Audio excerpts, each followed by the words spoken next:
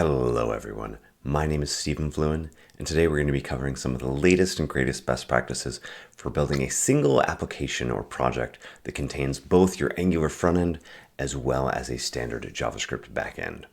So let's go ahead and dive in. And one of the big principles that I want you to have throughout this talk is that we have come so far. We're really standing on the shoulders of giants, where if you look back even 2 years ago, you could not have done what you're able to do now. But even given that that is kind of the state of the world, I do want to acknowledge that things are not perfect. We're going to be talking through some of the challenges, some of the things that are coming soon, some of the workarounds. But know that even if you're trying to get started today, there are some great best practices. And even though things aren't finished, there's a lot you can take advantage of, and the tooling just continues to get better and better. The Angular team has picked a very solid direction, and they're moving forward cohesively towards that vision. So what are we going to cover today? We're going to first talk a little bit about the combination of this unified backend and front end using JavaScript, using Node, and the tools that you know and love. Then I'm going to give a brief little history lesson about Angular Universal and kind of where does this backend support come from, as well as then we're going to dive into some of the 3 best practices. So these are different approaches that you're able to take in order to have a unified, cohesive experience that you're building that contains both a backend and a front. And we'll end with a little bit of code walkthrough to exemplify these 3 approaches. Let's go ahead and get started. So first of all, let's ask the question, why do I want to combine front end and back end, right? Which lots of us in the Angular ecosystem have building front ends where we build an Angular application, we store it somewhere statically. It's a bunch of JavaScript and maybe one HTML file, and that gets then sent down to the browser. And for a lot of use cases, this is good enough. But what we're seeing more and more is that there's an increasing amount of demand for these server-side capabilities where you're able to do a little bit more on the server in order to make that client-side experience better. And anytime you want to be building an application, you want the simplest architecture you can have. And so when we look at the front end, we're going to have something like a traditional Angular application, right? You've got a bunch of components that are being assembled in a tree. You've got injectors, all these sorts of things. And this is where we're driving most of the UI paradigms, most of the client-side interactions. And this is where we care about top-notch experience. This is why we first started reaching out to JavaScript in the first place, is because we could build a richer, more engaging experience than we could with static pages that were coming back from the server. But then we also have to think about our backend, where almost every Angular application that is doing anything meaningful has an API at some layer. It has a database where things are being stored. Information about users, about the user's interactions, preferences, choices are being persisted. And then we also have this idea that even if we just have pure static HTML and JavaScript, that still needs to be served somewhere.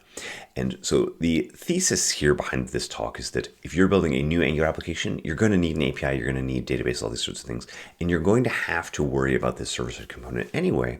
And so we can build a better application if those are unified, right? We can have a single Git repository that's going to contain a versioned set of our front end and our backend, so that we know that they're always going to be in sync. The API is always going to match up, and they can even go further. They can do things like sharing types, where if you have a TypeScript interface, that could be consumed both on the front end and the back end to ensure that you're using the same schemas across an entire application.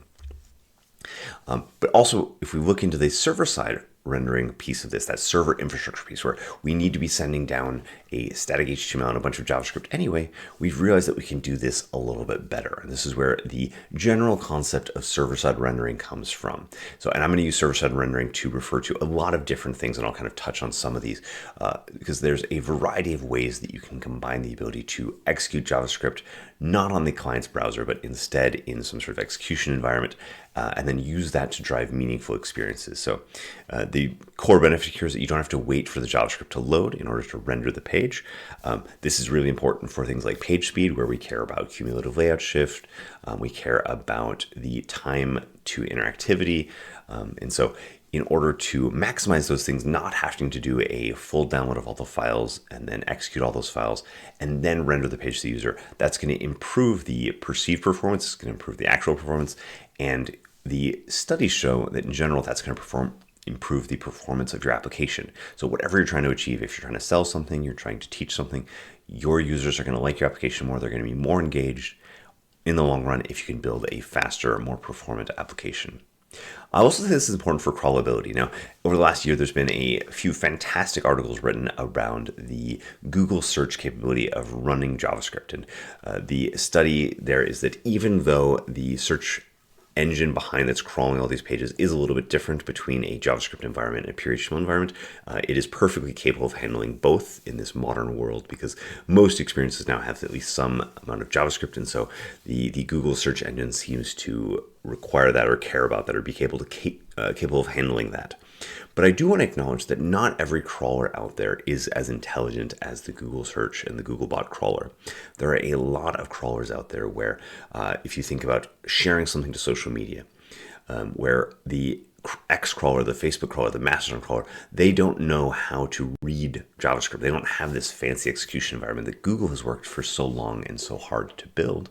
And so they're relying on the static HTML of the page. And so if you're building an Angular application and you're using your Angular application and the routing module to figure out what page the user's on, to render the title, to render the metadata for the page, Twitter might not be able to read that unless you're server-side rendering all of that content.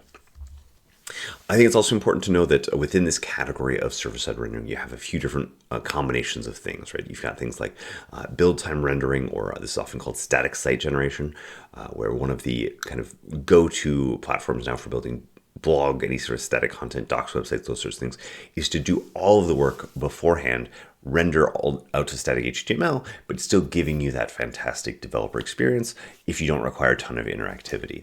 There's a lot of static site generators out there, 11D, Astro, etc., that have this as a core principle where we're going to ship HTML, and you can do the exact same thing with Angular and still get that Angular developer experience. But now and more recently, we're starting to get into more advanced use cases where we have things like hybrid rendering, where we're going to take a little bit of pre-rendering, we're going to take a little bit of server-side rendering based on the knowledge that we have about the request that's coming in, and combine that with these great client-side experiences to really get the best of all of these worlds. And so that's kind of the world that these tools are heading towards, and that's the world that I want you to be able to take advantage of here. So I think it's important to understand where we are, to look a little bit back at the history. So the first version of this idea that we could server-side render our Angular applications actually came from the community. It was Angular 2-Universal. This was a community project. It wasn't supported by the Angular team at the time. And this solved the problem for a lot of people, but it solved it in a very fundamental, kind of rudimentary way where there wasn't a ton of tools, it wasn't a great developer experience, and because it wasn't tightly coupled to Angular itself, it wasn't kept in lockstep and it didn't have the same feature-rich type experience. That later then was adopted into NG Universal, which was still a community project, but more tightly coupled to the version of Angular that was going on and the releases. And then at some point, the Angular team actually decided to adopt this. They included it as part of one of the core feature sets of Angular, and that's where we got the name Angular Universal. And if you think about Angular Universal, again, we're operating in this isometric JavaScript world where you can build your Angular application in pure JavaScript, TypeScript, and then you can do the exact same thing with your backend where you actually spin up serving infrastructure using something like Express or Fastify. You're serving that out via that same JavaScript interface.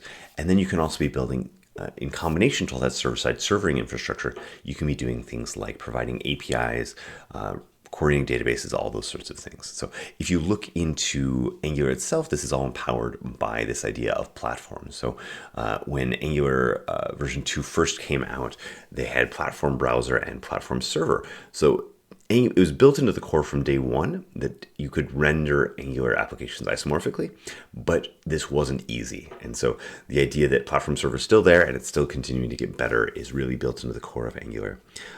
I do want to make a big asterisk here, which is that while Angular Universal is getting a ton of attention from the Angular team, it's not actually used at Google. If you look at the serving infrastructure that Google uses to serve out all of their Angular applications, and this has an asterisk because I left Google a few years ago, so this data might be a little bit out of date, but I don't think so.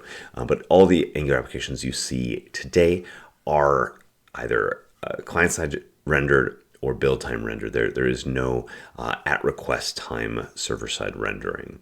So if you go to, for example, Gemini, which is an Angular application, you're not going to see server-side rendering in response to the request. And the first few versions of Angular Universal really had this very naive approach, which was we're going to generate a full version of the application on the client side or on the server side. And then as soon as that is downloaded to the client and been rendered, we're going to download that JavaScript and we're going to completely re-render the exact same application. And then as hidden as possible, we're going to take that application, we're going to deconstruct it, and we'll reconstruct that. Basically, we're deleting the DOM node that was there before, and we're creating a brand new DOM node using JavaScript, using that interactivity. And so this came with a bunch of different problems, from cumulative layout shift, performance, all these sorts of things that we're trying to, in 2025, do better with. And this was it. This was the state of Angular Universal for a long time. So all the way from version 2 to around version 16, it worked. Not a ton of people used it because it wasn't a great developer experience. But with the great Angular renaissance coming over the last couple of years, we've seen a ton of new investments here. And the biggest new investment is this idea of hydration. So instead of destroying and tearing down the entire application by deleting that DOM node and replacing it, let's actually enrich. And so we call this hydrate, where instead of tearing down those DOM nodes and recreating them, we're actually going to go in and figure out where all the data needs to be added in, where all the references need to be updated, so that a application can kind of resume from the HTML that's already on the page, have the right event listeners, have the right JavaScript hooks into that DOM structure, and really benefit users. And this improves things like cumulative layout shift, where the tools are often looking for how is the DOM changing over time, how is the layout of the page changing, and anytime you delete the full node of your application and replace it, that's going to have to be laid out again by the browser. And so if you can avoid that, that's going to perform much better on a lot of the performance metrics. So that was version 16. We started to see hydration. Some of these things got merged in version 17 through the combination of Angular Universal into Angular SSR. So dropping a little bit of the universal name and focusing on the specific functionality of server-side rendering as a core capability of Angular. Then we fast forward to V18. We get a little bit better at a bunch of different things. So there's this new system of event dispatch or replay. This comes thanks to another framework that exists at Google called Wiz, which has something called JS Action, which was a microscopic library that was able to load first on the page, figure out what else needs to be downloaded, and then track any event that happens on the page so that it can be later replayed. So in the Angular ecosystem, all the way back to the Angular Universal days, there was something called Preboot, which would try and do this, but it was a little bit heavier and it wasn't as standardized. But now actually JS Action is used for both Angular in the open source ecosystem, as well as with Wiz within Google. And so having that single solution to this, how do we dispatch events that come in before the page is entirely loaded or before we have the code that we need to respond to a specific action? And JS Action is a much more flexible, much more powerful solution to that problem. And here we arrive at today, where we now have not only the idea of hydration, but we actually have hybrid rendering, where we can take renderings from different pieces, client-side pieces, server-side pieces, combine them, and then we can incrementally render different parts of the page, perhaps in response to a delayed event. So using the new control structure, you can say, hey, wait until this section of the DOM ends up intersecting the viewport, and as soon as that does, then we're going to go load that JavaScript, then we're going to hydrate that part of the page. And so a lot of this is in developer preview, but all of this works today, and it's really exciting to see. And so if you want to get a understanding of how this works, one of the things that they've done is they've done it via the Angular router. And so that you've got this concept of a server route, where you can now specify in your app routes. So this is what's going to be used for any sort of pre-rendering that you're doing. But you can take each path of your application and give it a render mode. So render mode client means that we're not going to do any sort of server-side rendering or pre-build. If a page is static, so for example, if you think of the about page of a website, it doesn't need a lot of interactivity. The HTML is unlikely to change. We don't need to care about the state or context of a response coming from the server. So we can just pre-render that entirely. And then you can go into, okay, these other things do care about the state of the page. They do care about the context.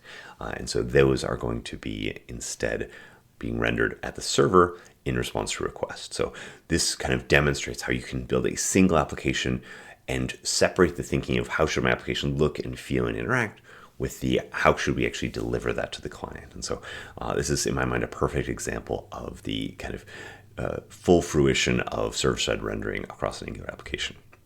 And so all of these features are kind of evolving, right? We came from a community project that was originally destructive, then we added hydration, then advanced hydration. And now what we're seeing is that the bundling, the tooling, the automatic prompts when you create new applications, these continue to just get better and better and better. So in order to take this one step further and show you how we can get this great combination of serving infrastructure in terms of server-side rendering, build-time rendering, and client-side rendering, as well as the combination of, hey, your custom APIs in a single cohesive project, I want to show you 3 different ways that this can be done, kind of following 3 different patterns. So the first pattern we're going to look at, I'm calling server-side rendering entry point. So this is using the Angular infrastructure for doing server-side rendering. So we're going to have a server TS file that's created by the Angular application, etc. And then we're going to be filling into all of that existing infrastructure that Angular is giving us in order to provide our API, etc. The second technique I'm going to demonstrate a little bit is the idea of a split entry point. So you can think of this a little bit as just kind of manually squishing your backend and your front end of your application into a single Git tree. And the last one that I'm not going to spend too much time on, but I think it's important to acknowledge, is that NX has been trying to help developers do this for a long time.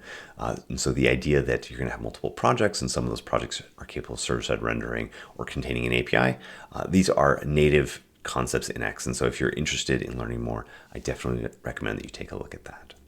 So let's go ahead and jump into a code walkthrough where I'm going to walk through the first 2 approaches and show you how an application can be structured in order to take advantage of this. And in order to get started, as always, I like to start with a blank slate. And so let's go ahead and go all the way to the latest NG new experience. All right, in order to show off the latest and greatest, we're going to actually go ahead and use one of the preview releases of version 20. And so in order to create a new project from scratch, we're going to use npx at angular/CLI. At next, if you just leave off the at next, you're going to get the latest stable release, but we're going to be a little bit experimental here.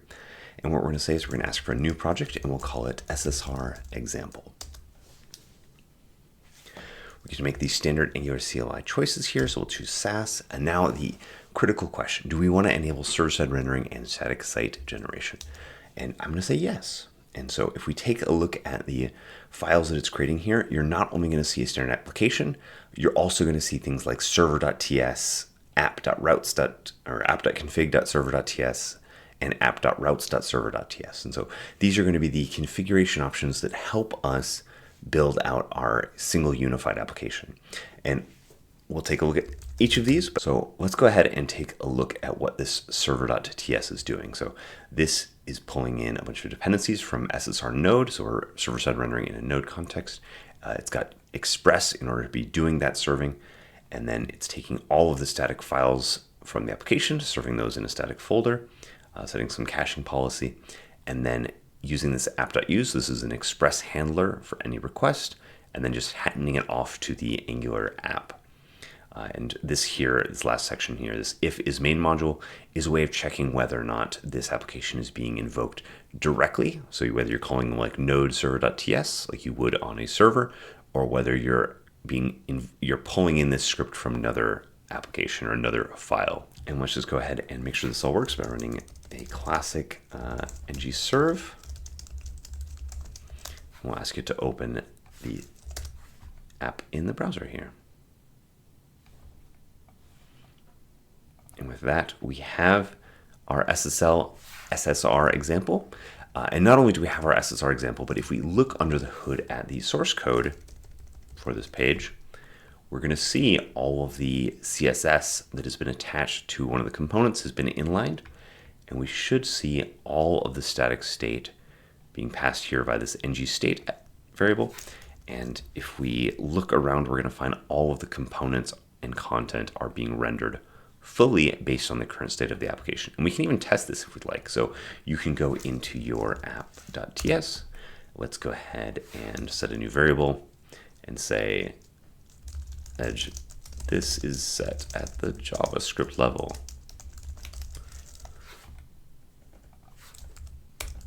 And so if we go into our app component now and take a look at that file, and we render out that message, what we should find is that that gets rendered. This is set at the JavaScript level.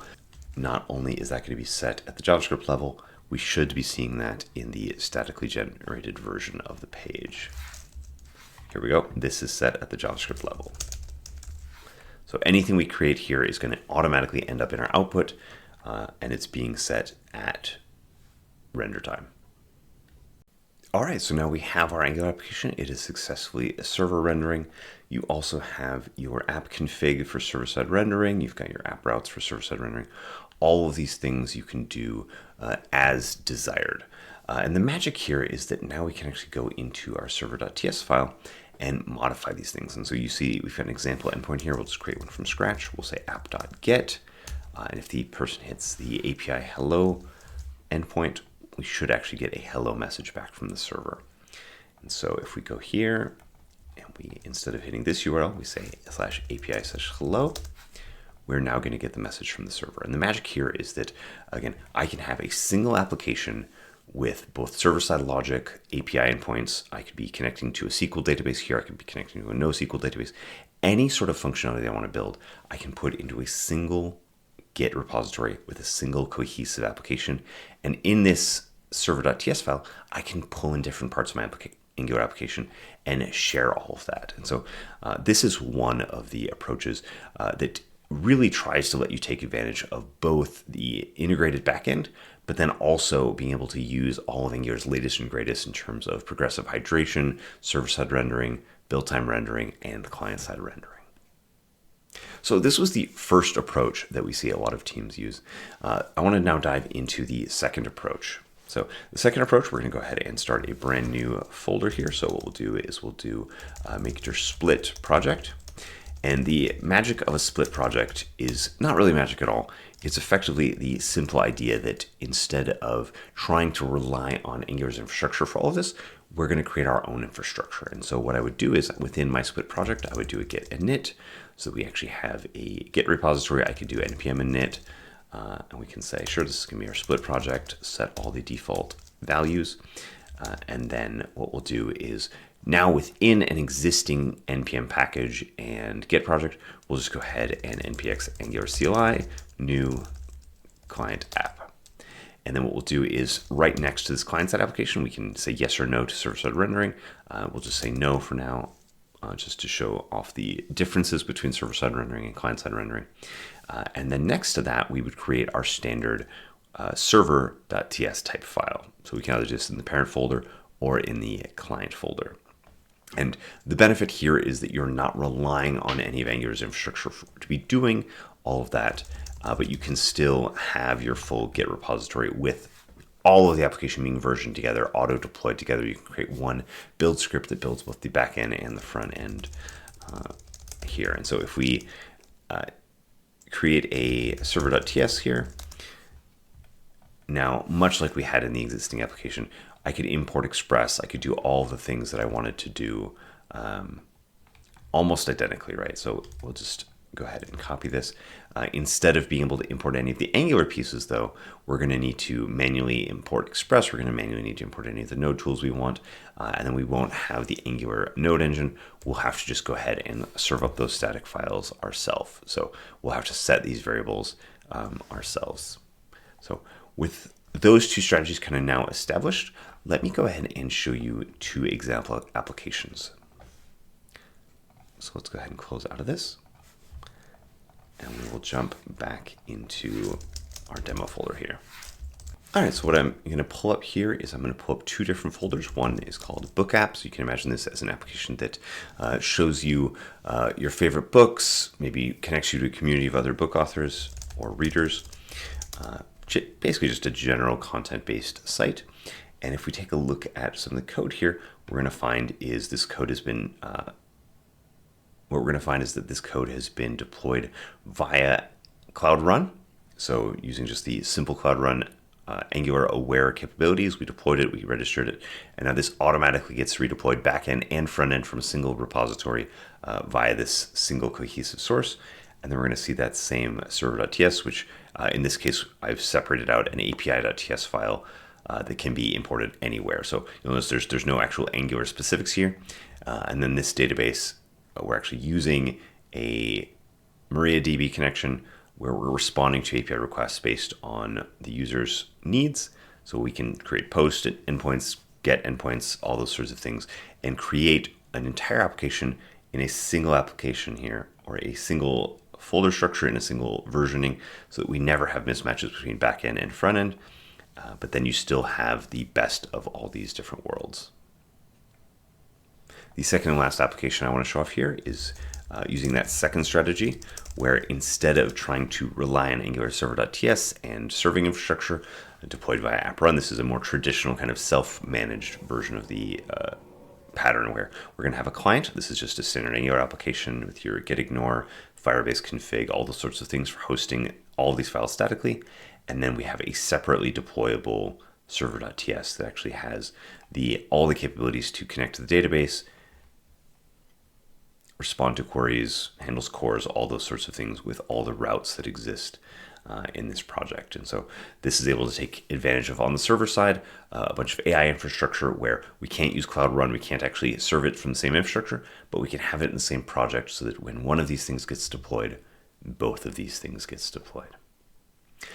All right, in order to just wrap up, we got one more slide, which is all about the capabilities that are coming soon, because a lot of the things you've seen today in terms of server-side rendering is developer preview. But the Angular team, as I said at the very beginning, is moving very quickly.